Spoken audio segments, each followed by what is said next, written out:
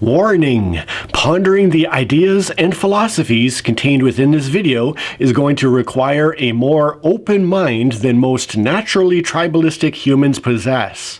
Fortunately, I believe that avid readers are more open to hearing ideas and are more curious about the world than the average individual, so I'm hoping that you can handle it. That being said, I'm sure I'm going to lose subscribers just for even talking about these things.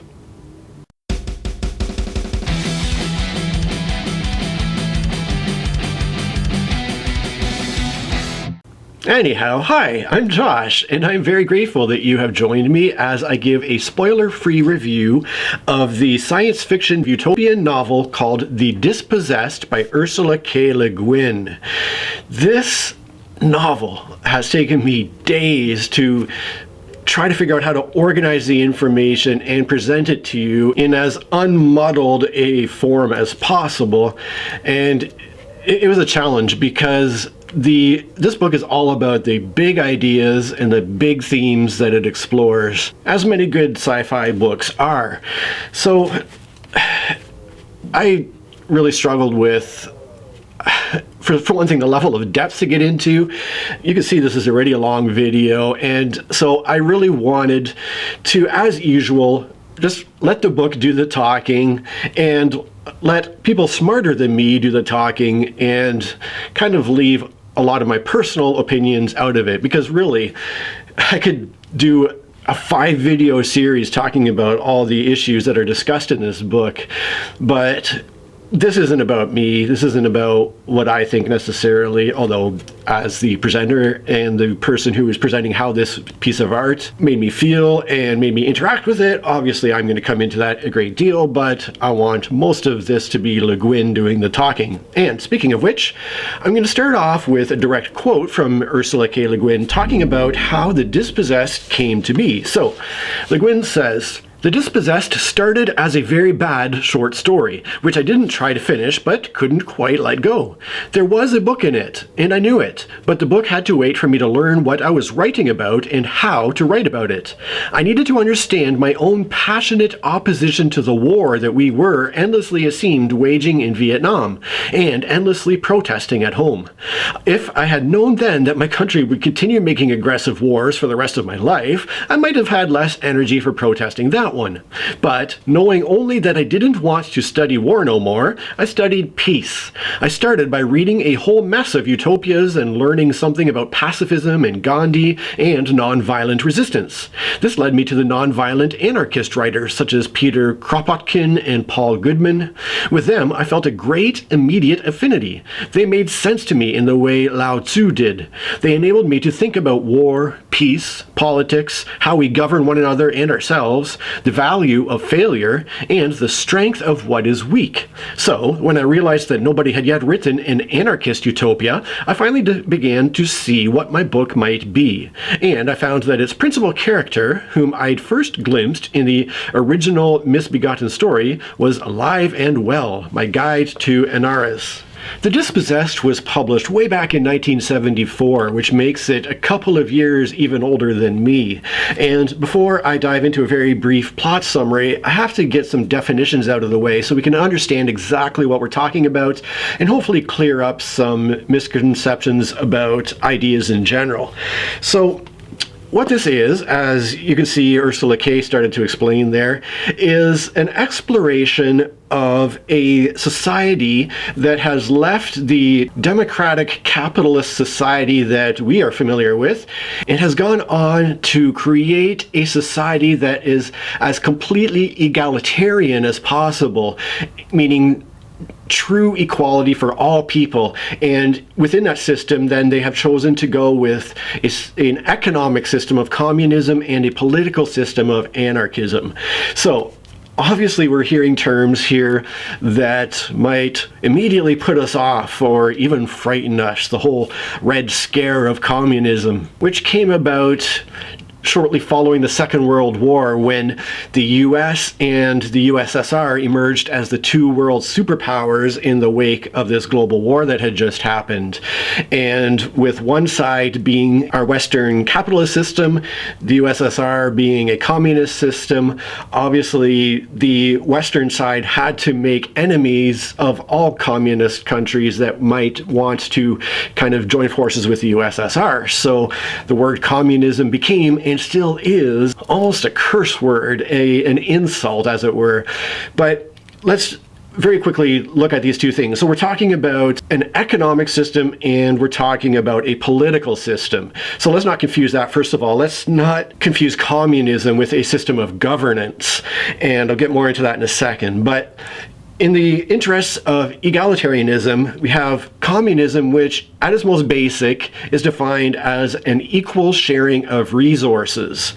And like I said, the system of governance is anarchism. And when we hear the word anarchy, I think we naturally immediately think about lawlessness, chaos, violence, every person for themselves, this idea of absolute disorder. And I suppose that in the sense that words and meanings evolve and develop with common usage, yes, that I guess would be an accurate description of anarchism on the one hand, but anarchism really, as a system of governance, at its most simple, is an equal sharing of power. In other words, nobody has power over anybody else. And what's very interesting is that the standard symbol of anarchy or anarchism is that A with the O surrounding it, that you'll commonly see on the battle jackets of us edgy punk rockers. But here's what's interesting about that. The A obviously stands for anarchism, or the Greek word anarchia, meaning without ruler or authority.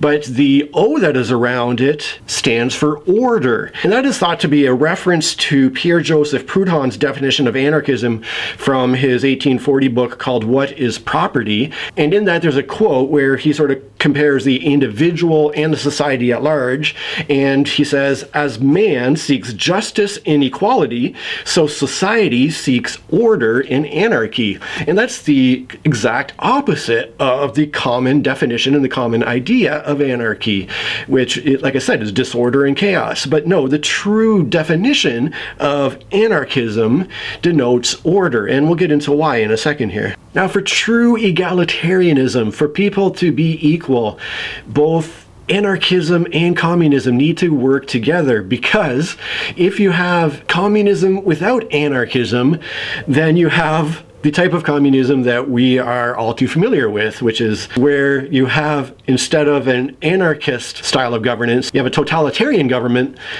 where the leader says, I will divide all our resources equally. One for you, one for you, one for you, 50 for me, one for you, one for you, one for you, 50 for me.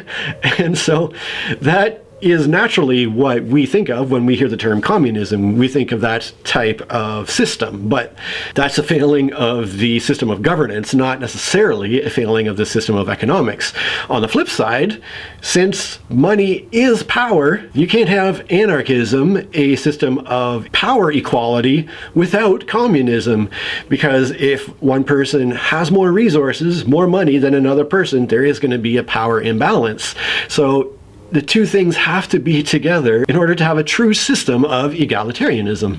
But first, let me give just a really brief, spoiler-free plot summary. As I always say, these plot summaries are kept to a minimum so that you can go into it knowing as little as possible, because I think that's generally the best way to explore books. But essentially, this book is about a scientist named Shavek.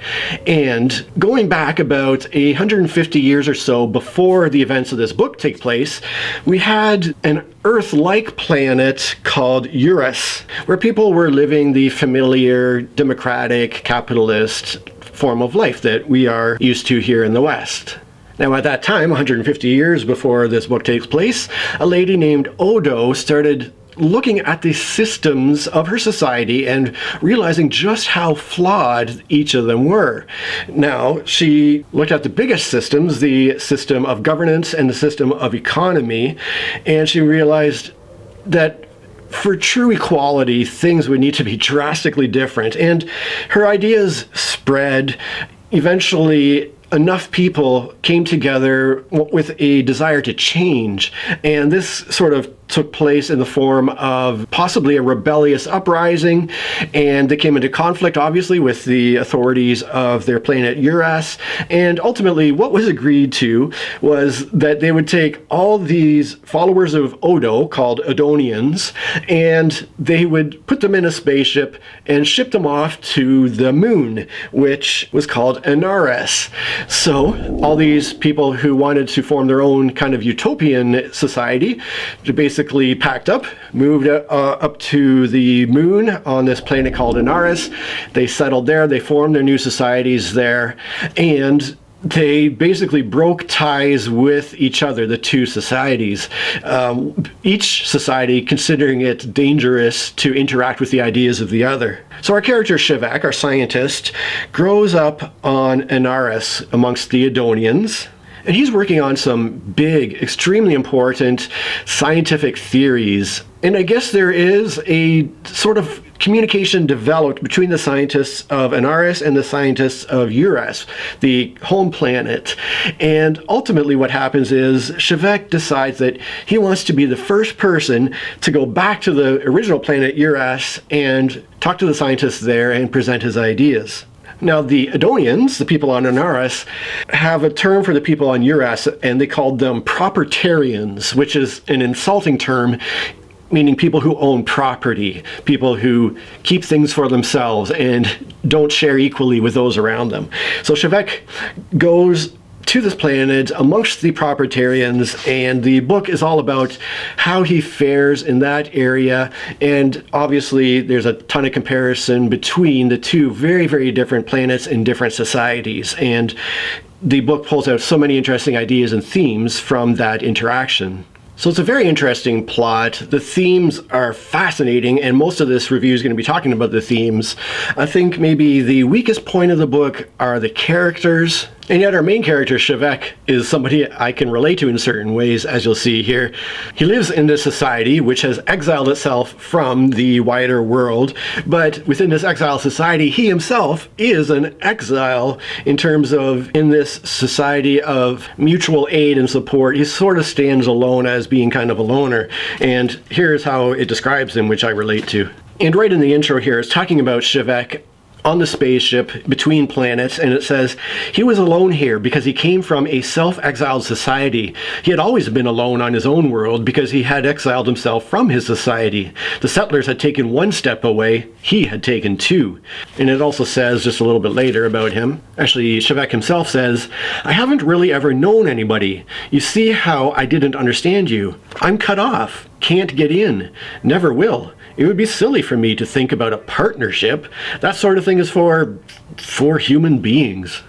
And yeah, I certainly have often felt more like Frankenstein's monster than a human being with a lot of my human interactions I've had over the years. But one thing that comes into play when we talk about these two separate societies is the theme of walls, and how walls come between people, and how whether a wall is enclosing you safely in or keeping other people safely out kind of depends on which side of the wall you're on. And so it does say this right on page 1 of the book. Like all walls, it was ambiguous, two-faced. What was inside it and what was outside it depended upon which side of it you were on. In direct relation to that, the book also discusses freedom and what it exactly means to be free. And we're going to get more into that later. But the second thing that it kind of applies to this walls theme is the idea of truth. And it has this interesting point to say about truth. Here we have a couple of characters who are sitting on a hill on their planet of Anaris, the one where the exiled people ended up on, and they're looking at what is, from their point of view, their moon, or their home planet of Uras. And one of the characters says, I never thought before, said Tyrion, unruffled, of the fact that there are people sitting on a hill up there on Uras, looking at Anaris, at us, and saying, look, there's the moon. Our Earth is their moon. Our moon is their Earth. Another character says, where then is truth, declaimed Bedap, and yawned.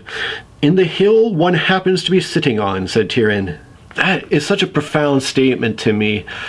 The idea of truth being the hill one happens to be sitting on, or a person's individual experience and perspective defines what their truth is.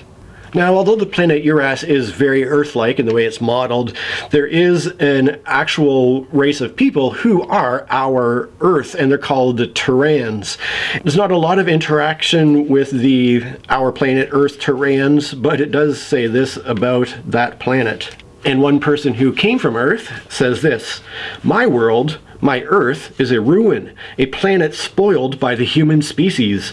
We multiplied and gobbled and fought until there was nothing left, and then we died. We controlled neither appetite nor violence. We did not adapt. We destroyed ourselves. But we destroyed the world first. There are no forests left on my Earth. The air is gray, the sky is gray, it is always hot. It is habitable, it is still habitable, but not as this world is. This is a living world, a harmony. Mine is a discord. You Adonians chose a desert. We Terrans made a desert. We survive there as you do. People are tough. There are nearly 500 million of us now. Once there were 9 billion. You can see the old cities still everywhere. The bones and bricks go to dust, but the little pieces of plastic never do. They never adapt either. We failed as a species, as a social species." So yeah, definitely the humans in this book are a cautionary tale of where Le Guin sees the human race ending up if we continue on our current trajectories of violence and greed. As for the writing in this book, the prose, I would describe it as almost a kind of scientific literary prose. It certainly doesn't dumb things down. And here's an example of some scientific talk. And I would say that this is an extreme example of the most complex the prose gets, but this is our scientific character, Shevek, thinking about science. And it says, "By simply assuming the validity of real coexistence, he was left free to use the lovely geometries of relativity, and then it would be possible to go ahead. The next step was perfectly clear. The coexistence of succession could be handled by a Sabin transformation series. Thus approached, successivity and presence offered no antithesis at all. The fundamental unity of the sequency and simultaneity points of view became plain. The concept of interval served to connect the static and the dynamic aspect of the universe." Like I said, the whole book isn't written like that. That's just the character thinking about his complex scientific theories. So while on the one hand it's a very direct prose, and it's not a flowery prose at all, it is written in a way that takes a bit of concentration to really understand everything that's being said. So we're going to dive into the big themes here in a second, but I will mention too that although this is a utopian novel, it is a flawed and imperfect utopia. Le Guin isn't saying that one system is perfect and the other system is total garbage. She is definitely presenting both the pros and cons of each system here. Of course, there is a definite leaning towards one more than another, but the problem that the sort of breakaway society that ran into is when they moved to the moon planet is a very desolate and barren planet, and they really had to work and scrabble and toil to survive on that planet. And so it is not a planet where there is excess. It is one where everybody literally has to work together to pull together some kind of life, and it's not an easy thing to do. So it's a difficult environment, but there are also complications and difficulties within the systems that they've chosen to live by. So let's dive into the first big idea, which is the comparison between capitalism and communism.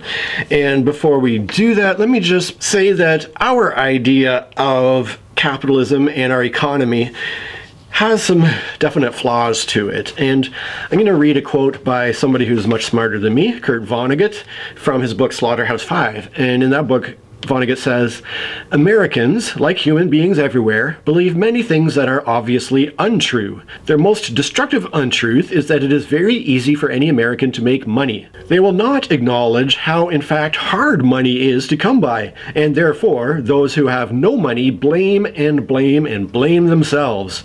This inward blame has been a treasure for the rich and powerful, who have had to do less for their poor, publicly and privately, than any other ruling class since, say, Napoleonic times. Many novelties have come from America. The most startling of these, a thing without precedent, is a mass of undignified poor. They do not love one another because they do not love themselves. So, while the book does show pros and cons to both systems, it definitely has some serious issues with capitalism as an economic system. So when our character Shavek ends up on the planet Uras and is amongst this capitalist society, it says, he could not force himself to understand how banks functioned and so forth, because all the operations of capitalism were as meaningless to him as the rites of a primitive religion, as barbaric, as elaborate, and as unnecessary. And when it comes to the rich and the rulers of this capitalist society hoarding their wealth, it talks about what their greatest resource is because it allows them to keep their wealth. And it gets into that here, where Shavek is on the original home planet, and the society he has found himself in is actually coming into conflict and war, potentially with another society on the same planet that is more modeled after kind of our Chinese communist or Russian communist style society. And so Shavek is wondering about this looming war. The person Shavek is talking to is kind of a member of the upper class of society. And Shavek, in wondering about the war, says to him, "Do the people of this country approve of this war?" Shavek asked, interrupting a discourse on strategy. He had been puzzled by the absence of moral judgment in the papers on this subject. They had given up their ranting excitement. Their wording was often exactly the same as that of the telefax bulletins issued by the government. The other character who he's talking to, the upper-class member of the planet, says, "Approve? You don't think we lie down and let the damned Thuvians walk all over us? Our status as a world power is at stake." "But I mean the people, not the government, the people who must fight." "What's it to them? They're used to mass conscriptions. It's what they're for, my dear fellow, to fight for their country. And let me tell you, there's no better soldier on earth than the IoT man of the ranks, once he's broken into taking orders. In peacetime he may spout sentimental pacifism, but the grit's there underneath. The common soldier has always been our greatest resource as a nation. It's how we became the leader we are." So he's coming out and saying that the common citizen who takes up arms is the country's greatest resource because ultimately it allows the people in power, the rich, to keep their wealth. And so that leads to the idea of how much is a human life worth? And this question is now coming up on the planet that the Adonians moved to. Like I said, this was a very barren and difficult planet to survive on already. And throughout the course of this book, a drought happens, which makes it even harder. And people are actually starving on the planet. And during that drought, there's this train carrying food that is attacked by people who are starving. And a character's talking and says, "A fellow I've known for years, he did just that north of here in '66. They tried to take a grain truck off his train. He backed the train, killing a couple of them before they cleared the track. They were like worms in rotten fish, thick," he said. He said, "There's 800 people waiting for that grain truck, and how many of them might die if they don't get it? More than a couple, a lot more." So it looks like he was right. But by damn, I can't add up figures like that. I don't know if it's right to count people like you count numbers. But then, what do? Which ones do you kill? Shavek himself, like I said, throughout the course of this book, is trying to present this groundbreaking scientific discovery, and in the process is running into some big issues, and he has this to say on that subject. And he's talking to another world leader, a lady named Kang, who says to him, "Don't judge us too hardly, Shavek." Shavek says, "I don't judge you at all. I only ask your help, for which I have nothing to give in return." She says, "Nothing? You call your scientific theory nothing?" And Shavek says, "Weigh it in the balance with the freedom of one single human spirit," he said, turning to her. "And which will weigh heavier? Can you tell? I cannot." So we can see that in both economic systems there is a weighing of the value of human life. But let's get into the communist system here now, and it says, again, talking about some hard times that were happening on the planet of the Adonians, and one character is talking about how one of the medical clinics was severely understaffed, and they say, "This is a shockingly understaffed clinic. I don't understand why the syndics don't request some more postings from the Medical Federation, or else cut down the number of admissions. Some of these aides and doctors are working 8 hours a day." Of course, there are people in the medical arts who actually want that, the self-sacrifice impulse. Unfortunately, it doesn't lead to maximum efficiency. So in this society where everybody is working together and pooling their resources, they are shocked at anybody who has to work for 8 hours at a time. Now, of course, one big argument against the communist system is that, well, what about people that don't work? They're going to still be getting as much as everybody else without putting in the effort. That's not fair at all, and that's a valid complaint. Nobody wants to deal with that kind of inequality. I think what they don't necessarily realize, though, is that we already have that happening in the current system, where somebody who's born into money, who's in a wealthy family, and they don't have to work because they already have tons and tons of money. So it's almost worse because they have way more resources than they could ever need, and they don't have to contribute anything back. So, you know, you're going to kind of run into that no matter which side of the economic fence you fall on there. But the book does address that to a certain extent too. What about people who don't want to contribute? And two characters are talking about, well, what if you're to be posted somewhere to do a certain type of work and you just flat out refuse? And what is to prevent that from happening? And the other character says, well, that we're ashamed to say we've refused a posting, that the social conscience completely dominates the individual conscience instead of striking a balance with it. So it's actually presenting this as maybe a negative point of the communist system. It says, we don't cooperate, we obey. We fear being outcast, being called lazy, dysfunctional, egoizing. We fear our neighbor's opinion more than we respect our own freedom of choice. You don't believe me, Tack, but just try stepping over the line, just in imagination, and see how you feel. So it's both preventing a solution to that problem in terms of the social conscience, making it very hard for an individual to essentially make an outcast of themselves, but in the process, it's also kind of killing the individual freedom in a sense too. So there's both pros and cons being presented in that example. Another way in which this communist system is imperfect is when there is shortages. So again, going back to that idea of the famine and the food shortages people are experiencing, it says, while he got hungrier, while the train sat hour after hour on the siding between a scarred and dusty quarry and a shut-down mill, he had grim thoughts about the reality of hunger and about the possible inadequacy of his society to come through a famine without losing the solidarity that was its strength. It was easy to share when there was enough, even barely enough to go around, but when there was not enough, then force entered in, might making right, power and its tool, violence, and its most devoted ally, the averted eye. So yeah, on the one hand, we see in this communist society the idea that when there isn't enough, then all of their ideas of solidarity break down and give in to violence and the individual need to survive. So I guess the key to coming to grips with this idea of sharing and communist economics is to do away with the idea that anybody deserves anything, whether good or bad. And the book puts it this way. The character is speaking and says, for we, each of us, deserve everything, every luxury that was ever piled in the tombs of the dead kings, and we, each of us, deserve nothing, not a mouthful of bread in hunger. Have we not eaten while another starved? Will you punish us for that? Will you reward us for the virtue of starving while others ate? No man earns punishment, no man earns reward. Free your mind of the idea of deserving, the idea of earning, and you will begin to be able to think. It's a challenging idea because everything about our idea of fairness comes back to, well, what do you deserve, I suppose? But like I alluded to earlier with Kurt Vonnegut's discussions on meritocracy, there's some flaws in that way of thinking.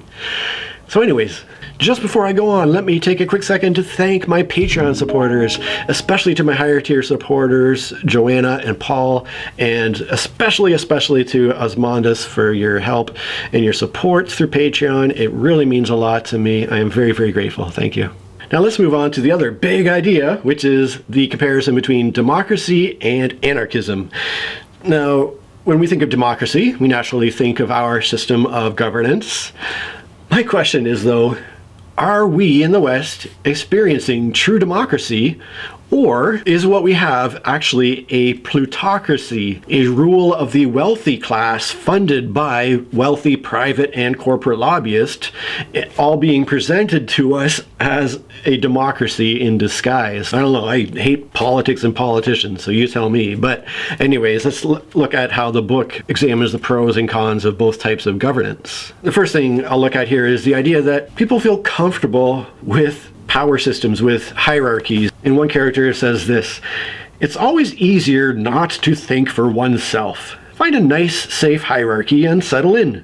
Don't make changes. Don't risk disapproval. Don't upset your syndics. It's always easiest to let yourself be governed." Tied to that is the bureaucratic mentality, and the book says, "These port managers, with their special knowledge and important position, tended to acquire the bureaucratic mentality. In other words, they said no automatically." Isn't that the bureaucratic mentality? The problem with systems of power, of course, is that people get exploited. And it talks about how scientists were exchanging letters between the two planets, and Shevek is thinking about letters to proprietarians, to subjects of governments founded on the inequity of power, to individuals who were inevitably exploited by and exploiters of others because they had consented to be elements of the state machine. Did such people actually exchange ideas with free people in a non-aggressive, voluntary manner? Could they really admit equality and participate in intellectual solidarity?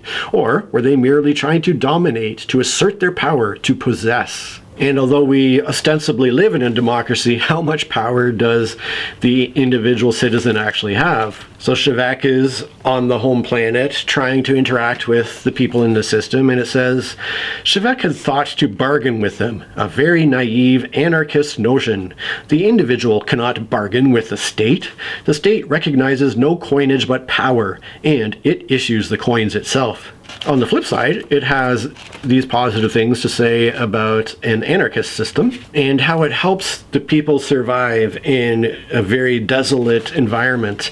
It says, "They knew that their anarchism was the product of a very high civilization, of a complex, diversified culture, of a stable economy, and a highly industrialized technology that could maintain high production and rapid transportation of goods. However vast the distances separating settlements, they held to the ideal of complex organicism." But there's also a warning in this mostly positive system. It says, "The computers that coordinated the administration of things, the division of labor, and the distribution of goods, and the central federatives of most of the work syndicates were in Abinay, the capital city, right from the start. And from the start, the settlers were aware that that unavoidable centralization was a lasting threat to be countered by lasting vigilance." So yes, there had to be something in control of how things were evenly distributed, but the fact that there was something in control is something that had to be monitored for the sake of equality and fairness. Finally, we have this one last observation about anarchism. A character is saying, "It was our purpose all along, our syndicate, this journey of mine, to shake up things, to stir up, to break some habits, to make people ask questions, to behave like anarchists." So to behave like an anarchist isn't to go out and break stuff and cause mayhem. It's to ask questions and to stir things up intellectually. To not settle into the familiar and comfortable, but to examine things and hopefully find ways of improvement. And these ideas are in such opposition to each other that a character understood that a psychopathy on Anaris was rational behavior on Eurus. So it just shows how completely different these ideas are, and why I hesitate to even talk about this subject because of how polarizing and different it is from what we're used to.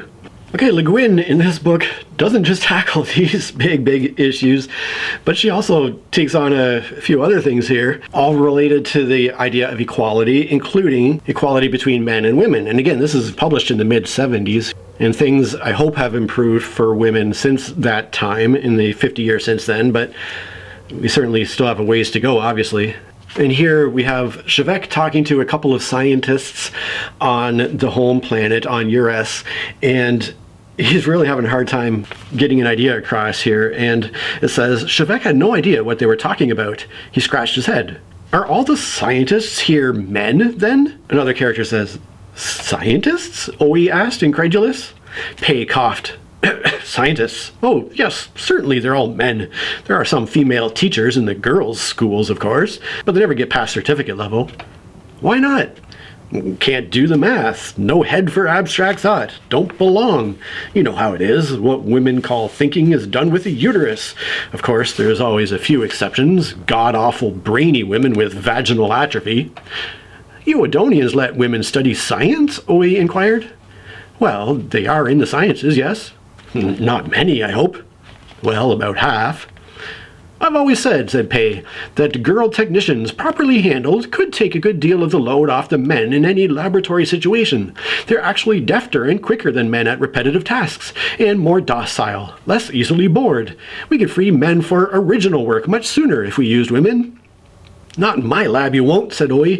Keep them in their place. Now the attitude on the flip side from the Adonians is seen in this conversation between Shevek and a doctor from US. Shevek had asked why there were no women on the spaceship, and Dr. Kimo had replied that running a space freighter was not women's work. History courses and his knowledge of Odo's writing gave Shevek a context in which to understand this tautological answer, and he said no more. But the doctor asked a question in return, a question about Anares. Is it true, Dr. Shevek, that women in your society are treated exactly like men? Is there really no distinction between men's work and women's work? Well, no, it seems a very mechanical basis for the division of labor, doesn't it? A person chooses work according to interest, talent, strength. What has the sex to do with that? But the loss of everything feminine, of delicacy, and the loss of masculine self-respect. You can't pretend, surely, in your work that women are your equals in physics, in mathematics, in the intellect. You can't pretend to lower yourself constantly to their level. I don't think I pretend very much, Dr. Kimo, he said. And this next statement talks about one way in which women were kind of freed up to pursue their own interests and talents a little bit. The character is thinking, I think that's why the old Anarchisms used women as property. Why did the women let them? Because they were pregnant all the time. Because they were already possessed, enslaved. And that's why things like contraception and safe access to abortions have really been such freeing events for women in society. The final thing here about the relationship between men and women is the fact that on Anaris, the institution of marriage is done away with, and people partner with each other as they see fit and for whatever time period they see fit. Also, sex itself is just a totally open, free function of the human body, and anyone who's interested in it pursues it, and it's just treated as just another human activity. The book explains it this way. Partnership was a voluntarily constituted federation like any other. So long as it worked, and if it didn't work, it stopped being. It was not an institution, but a function. It had no sanction but that of private conscience. All right, you still with me? I don't know if anybody's still with me at this point. If you are, put the comment down below saying, I'm still with you. So the next institution we're going to knock down here is religion. We have Shevek back on the spaceship here, talking to the doctor, and he's talking about another crew member. And Shevek says, the second officer, he said, seems to be afraid of me. The doctor says, oh, with him it's religious bigotry. He's a strict interpretation epiphanist, recites the primes every night, a totally rigid mind. So he sees me how? As a dangerous atheist. An atheist? Why? Why, because you're an Adonian from Anaris. There's no religion on Anaris. No religion? Are we stones on Anaris? I mean, established religion, churches, creeds. Skipping ahead a paragraph, Shevek says, I see, he said now, another puzzle coming clear. You admit no religion outside the churches, just as you admit no morality outside the laws. You know, I had not even understood that in all my reading of Urasti books. Well, these days any enlightened person would admit the vocabulary makes it difficult, Shevek said, pursuing his discovery. You could not seriously believe that we had no religious capacity, that we could do physics while we were cut off from the profoundest relationship man has with the cosmos? Oh no, not at all. That would be to make a pseudo-species of us, indeed. The language of the Adonians was called Pravik, and a character says, "Hell," he said aloud. Pravik was not a good swearing language. It is hard to swear when sex is not dirty and blasphemy does not exist. There are even more systems that get addressed in this book. We have the justice system. The Adonians don't have police or prisons, which again sounds like just the most absurdly crazy idea to us in our society. We don't realize even a lot of the time that there are better models out there, such as a restorative justice model that takes inspiration from indigenous circles of accountability and support that has much, much better outcomes for people who end up in that system. But again, now I'm allowing myself to go off on a tangent instead of letting the smarter people do the talking like I said I was going to do. So let's talk about the last kind of system, which is the education system. And I'm only going to read one quick quote related to that. There's a point here where Shevek gets invited to be a professor at one of the colleges on Uras, and it says that Shevek was appalled by the examination system when it was explained to him. He could not imagine a greater deterrent to the natural wish to learn than this pattern of cramming in information and disgorging it at demand. At first he refused to give any tests or grades, but this upset the university administrators so badly that, not wishing to be discourteous to his hosts, he gave in. He asked his students to write a paper on any problem in physics that interested them, and told them that he would give them all the highest marks, so that the bureaucrats would have something to write on their forms and lists. To his surprise, a good many students came to him to complain. They wanted him to set the problems, to ask the right questions. They did not want to think about questions, but to write down the answers they had learned. They told Shevek with pride that the competition for scholarships in Lu-Un was stiffer every year, proving the essential democracy of the institution. He said, "You put another lock on the door and call it democracy." Now, no system of governance or economics can eliminate human suffering, but there is a certain element of when we are a united community of helping each other with suffering. So the book has some interesting things to say about suffering and pain and death, which are constant themes in my own life. So Shevek here is talking about suffering, and he says, "Suffering is the condition on which we live, and when it comes, you know it. You know it as the truth. Of course, it's right to cure diseases, to prevent hunger and injustice, as the social organism does, but no society can change the nature of existence. We can't prevent suffering. This pain and that pain, yes, but not capital P pain. A society can only relieve social suffering, unnecessary suffering. The rest remains, the root, the reality. All of us here are going to know grief. If we live 50 years, we'll have known pain for 50 years. And in the end, we'll die. That's the condition we're born on. I'm afraid of life. There are times I'm very frightened. Any happiness seems trivial. And yet, I wonder if it isn't all a misunderstanding, this grasping after happiness, this fear of pain.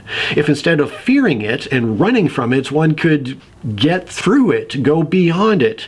There is something beyond it. It's the self that suffers, and there's a place where this self ceases. I don't know how to say it, but I believe that the reality, the truth that I recognize in suffering, as I don't in comfort and happiness, that the reality of pain is not pain. If you can get through it, if you can endure it all the way. Another character responds by saying, "The reality of our life is in love and solidarity," said a tall, soft-eyed girl. "Love is the true condition of human life." Badap shook his head. "No, Shev's right," he said. "Love's just one of the ways through, and it can go wrong and miss. Pain never misses. But therefore, we don't have much choice about enduring it. We will whether we want to or not." Skipping ahead just a page, a character is talking about witnessing somebody in a horrible accident. The character says he lived about 2 hours. He couldn't have been saved. You couldn't do anything for him. Then I saw that you can't do anything for anybody. You can't save each other or ourselves. The same girl says, "What have you left then? Isolation and despair. You're denying brotherhood, Shevek," the tall girl cried. No, I'm not. I'm trying to say what I think brotherhood really is. It begins in shared pain. And isn't that one of the greatest things that a community can do for one another, is share each other's pain? In my experience, there's a huge amount of loneliness in chronic illness and pain. But there's also a sense that beauty arises out of all this, and the last point about this is coming from Shevek again, and he's talking about sort of stepping back and viewing things from a wider lens. And he says, if you can see a thing whole, he said, it seems that it's always beautiful. Planets, lives, but close up, a world's all dirt and rocks, and day to day, life's a hard job. You get tired, you lose the pattern. You need distance, interval. The way to see how beautiful the earth is to see it as the moon.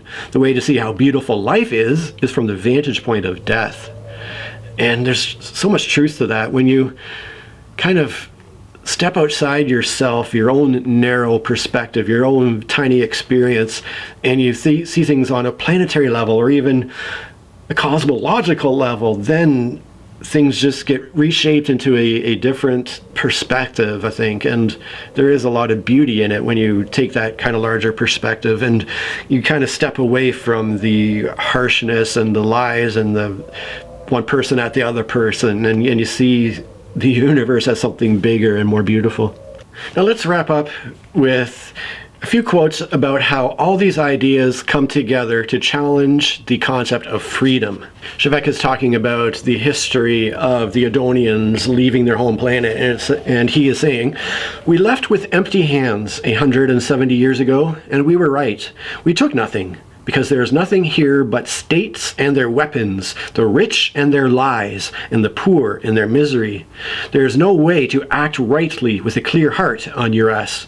There's nothing you can do that profit does not enter into, and fear of loss and the wish for power. There is no freedom. Here Shevek is giving a speech before a crowd of people on the home planet, and he says, we have nothing but our freedom. We have nothing to give you but your own freedom. We have no law but the single principle of mutual aid between individuals. We have no government but the single principle of free association. We have no states, no nations, no presidents, no premiers, no chiefs, no generals, no bosses, no bankers, no landlords, no wages, no charity, no police, no soldiers, no wars, nor do we have much else. We are sharers, not owners. You cannot buy the revolution. You cannot make the revolution. You can only be the revolution. It is in your spirit or it is nowhere.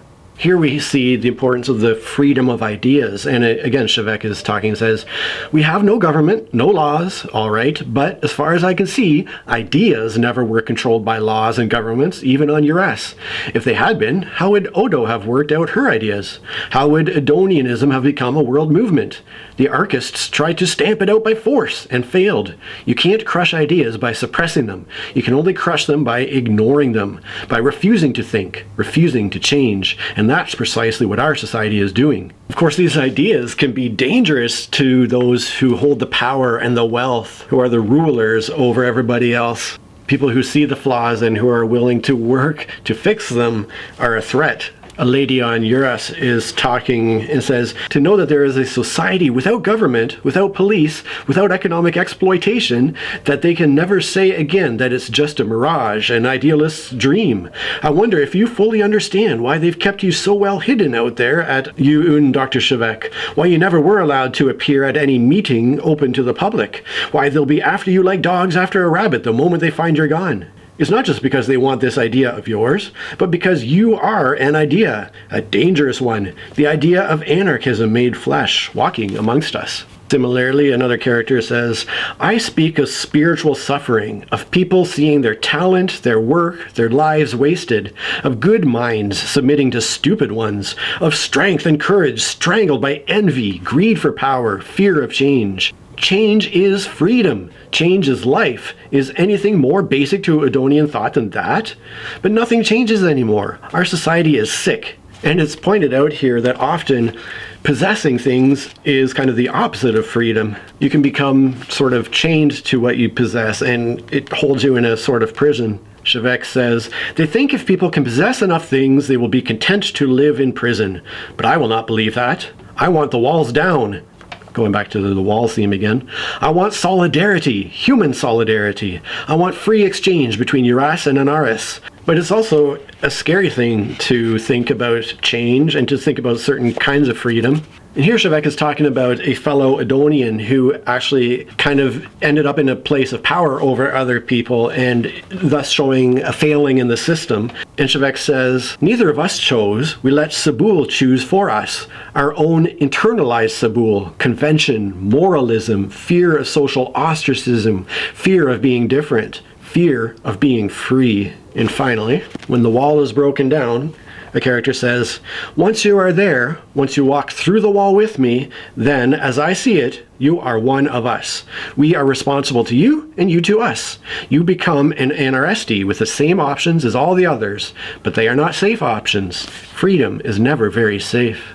Now, one problem with modern Western society is that we tend to put personal freedoms as the number one priority above the good of the community as a whole. Now, personal freedom is extremely important. It should be a high priority, but I don't think it should rise above the good of society at large. It's why we need stuff like a seatbelt law, because if it was legal to not wear a seatbelt, there would be people out there who'd be like, I want to exercise my personal freedom to not wear my seatbelt. And then they would get in an accident and get horribly injured, and then tens or hundreds of thousands of our tax dollars would have to go into putting their dumbass back together again. And it's also why stuff like the convoy protests are such a failure, because they want to put, again, personal freedoms above the health and lives of society at large. All of this is why I saw at least one person describe Ursula K. Guin as the anti-Ayn Rand. Of course, these ideas have been tried at various points, but as another character who is of a totally different race says, this character is from another planet of a very, very ancient species of people. And this character says, my race is very old, Kitho said. We have been civilized for 1,000 millennia. We have histories of hundreds of those millennia. We have tried everything, anarchism with the rest. But I have not tried it. They say there is nothing new under the sun. But if each life is not new, each single life, then why are we born? So, am I saying I'm a damn commie who's gonna give away all my stuff and run off to a commune? No, I like my stuff. I like my comfort. I like being an individual. And let's face it, it would take a huge degree of solidarity to change any of our systems that are broken. Because if there is one thing that's more powerful than money, it is solidarity in numbers. When people come together and work towards a common goal, that is perhaps the most powerful thing of all. However, the problem with society's structures is that each of the major flaws they have makes a tremendous amount of money for somebody at the expense of the community at large. So the people who have the money have the power, and as long as the system's making the money, they're not going to change anything, clearly. So at the end of the day, all of this unfortunately becomes little more than a thought exercise, because humanity just doesn't have the courage to admit its major problems, nor the collective will to come together to put our differences aside and to work on big fixes that are required. I think a lot of our problems have come about because of the way society has evolved. I mean, again, going back through the course of history, through human history, we have evolved to live in communities of mutual aid and support. But modern society has fractured us, has turned us all into individuals. Although we live in these giant cities surrounded by hundreds of thousands of people, we are still all in our individual whole, separated from the community at large. And I think that is why we have so much depression, anxiety, mental health problems, because we no longer have that community around us. So I think on a societal level, we really have devolved over time. But let me not get on to another soapbox rant, and let me talk about my final rating, which was pretty tough to come up with because the plot is interesting. The characters, not super interesting. The ideas, however, the themes, the concepts being explored here, fascinating, absolutely fascinating. So on an entertainment level, it's not a super entertaining book. On an intellectual level, on a thought-provoking level, it's amazing. So at the end of the day, I think I'm settling on an 8 out of 10 for The Dispossessed. I think it's a great book, and it has prompted me to go out and purchase Ursula K's The Left Hand of Darkness, which I've heard is another really interesting sci-fi book from her. And on a completely different level, I'm also interested in checking out Le Guin's Earthsea series. I have the entire Earthsea series in a single volume that is on my shelf awaiting my attention too, but I feel like that's more of a young adult, maybe even middle grade. I'm not sure. No, I don't think it's that young, but it's a certainly different experience from this book. But anyways, I'd like to get to that. I've covered a lot of ground here. I've talked about a lot of concepts, and I'm dying to hear what you think. What has popped into your mind as I've been talking about all these things? Please do let me know in the comments. I'd love to discuss stuff with you. I find this all very interesting. And regardless, if you've made it this far, I sure do appreciate you sticking with me and having the patience to let me ramble. Cheers. Oh my gosh, I am so glad somebody took the time to watch this video. If you could just do me one more favor and consider giving me a thumb up, maybe subscribe to my channel, or share the link to this video with somebody who you think would enjoy it, I would really appreciate that. Cheers. In as clear a picture, this book was actually published way back in 1974, making it a couple of years older than I am even. And at the time Ursula... So Le Guin wrote this book way back in... So this book was published way back in 1974, making it even a couple of years... So this book was published way back in 1974, making it a couple of years even older than me. And it... And the... Where people looked at the biggest systems, she looked at the biggest systems, the rules of, but well, so in contrast to, I'm gonna come back to that.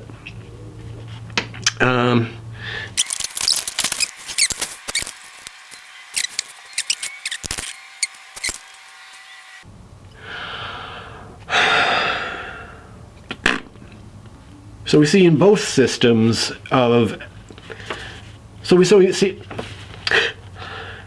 in both systems this weighing of lives, unfortunately, and people who have a totalitarian government in order to have an egalitarianism society, in order to have a true system of